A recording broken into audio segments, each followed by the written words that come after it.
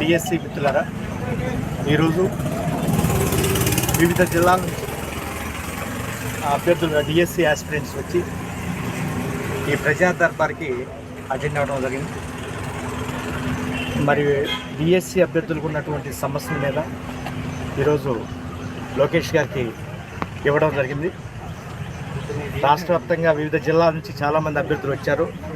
ఈరోజు ప్రజా దర్బార్లో ఈ టెక్టో డిఎస్సికి సంబంధించినటువంటి అప్లికేషన్స్ ఎక్కువ వచ్చినాయి. అయితే నేను కూడా వెళ్ళి లోకేష్ గారికి ఇష్యూస్ చెప్పడం జరిగింది, ఇవ్వడం జరిగింది. అందరూ సారు ఏమన్నారంటే ఉన్నది చెప్తున్నారు, దీంట్లో దాపరికం లేదు, ఏమీ లేదు. సారు ఏమన్నారంటే మేము ఆల్రెడీ సిలబస్ నవంబర్ ఎండింగ్లో ఇచ్చేసాం. నన్ను అడిగారు సిలబస్ ఇచ్చి ఎన్ని నెలలు ఎందుకైనా సుమారు 7 నెలలు ఇచ్చారా అన్నాను. మరి 6-7 నెలలు అయినప్పుడు మరి మీరు చదువుకోకుండా పిల్లలు చదువుకోకుండా ఏం చేస్తున్నారు అని అడగడం జరిగింది. అయితే నేనేమన్నానంటే సార్ పిల్లలు అంటే మీ నుంచి క్లారిఫికేషన్ రాలేదు సార్, పలానప్పుడు డేట్ రాలేదు అంటే నేను చెప్తూనే ఉన్నాను. ఆల్రెడీ ఎస్సీ క్లారిఫికేషన్ అయిపోయిన వెంటనే ఒక 15 రోజులు 20 రోజులు అటు ఇద్దరు నోటిఫికేషన్ ఇచ్చేస్తాం అని నేను చెప్పాను. ఆల్రెడీ నా తప్పేం లేదు అని సార్ చెప్తుంది. అదే నేను ఇంకొక పాయింట్ అడిగాను. సార్ మీరు ఆల్రెడీ చెప్పారు సార్, పిల్లలకి మాకందరికీ చెప్పారు సార్, టెట్ నోటిఫికేషన్కి దాని ఎగ్జామ్కి 90 రోజులు ఇస్తాము, డిఎస్సి నోటిఫికేషన్ దాని ఎగ్జామ్కి 90 రోజులు ఇస్తామని చెప్పారు సార్. సో ఆ ఉద్దేశంతో రాష్ట్ర వ్యాప్తంగా ఉన్నటువంటి 6 లక్షల మంది మేము హోప్ పెట్టుకున్నాం. అంటే 90 రోజులు కాదు, మేము ఆల్రెడీ 6-7 నెలలు మేము ఇచ్చేసాము, 90 రోజుల కంటే ఎక్కువ ఇచ్చేసేసాము.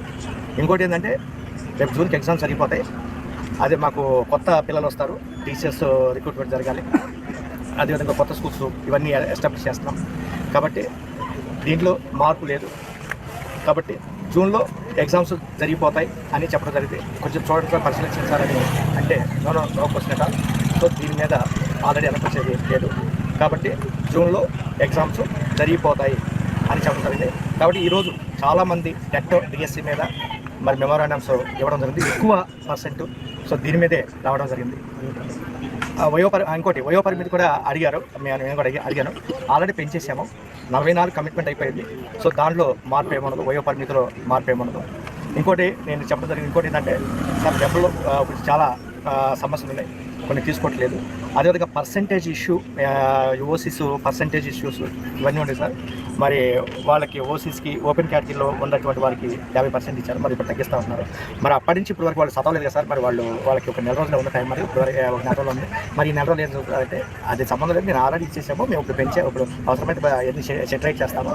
కాబట్టి ఎగ్జామ్స్ మాత్రం ఎట్టి పరిస్థితుల్లో జూన్ నుంచి జరిగిపోతాయి. సో దానికి కమిట్మెంట్ అయ్యి మీరందరూ కూడా రాష్ట్ర వ్యాప్తంగా ఉన్నటువంటి పిల్లలందరూ ప్రిపేర్ అవ్వాల్సి కోరుతున్నాం అని చెప్పడం. ఇది జరిగినటువంటి అంశం.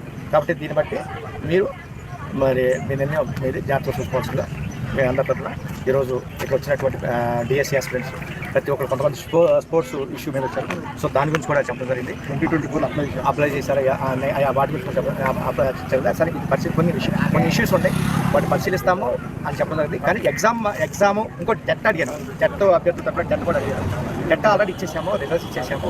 టెట్ అనేది రాదు, ఆల్రెడీ టెట్లో క్వాలిఫై అయ్యారు వీళ్ళందరూ. రాకపోతే నెక్స్ట్ వచ్చేటటువంటి వాళ్ళు నెక్స్ట్ టెట్ ప్రిపేర్ అవుతారు అని చెప్పడం జరిగింది. అయితే అదేవిధంగా మరి నేను ఇంకోటి వచ్చాను, 51 జీవో ప్రకారం ప్రతి సంవత్సరం 2 సార్లు, ప్రతి 6 నెలలకు ఒకసారి టెట్ జరగాలంటే ఆల్రెడీ జరిగిపోయింది, ఇప్పటికీ లేట్ అయిపోయింది. మాకు టీచర్స్ కావాలి, జూన్ జూలై కల్లా టీచర్స్ అపాయింట్మెంట్ జరగాలి. కాబట్టి ఈ కమిట్మెంట్తోనే ప్రభుత్వం ఉంది. కాబట్టి నోటిఫికేషన్ అనేది వచ్చేసేసింది. ఎగ్జామ్స్ అనేవి జూన్ 6 నుంచి జరుగుతాయి.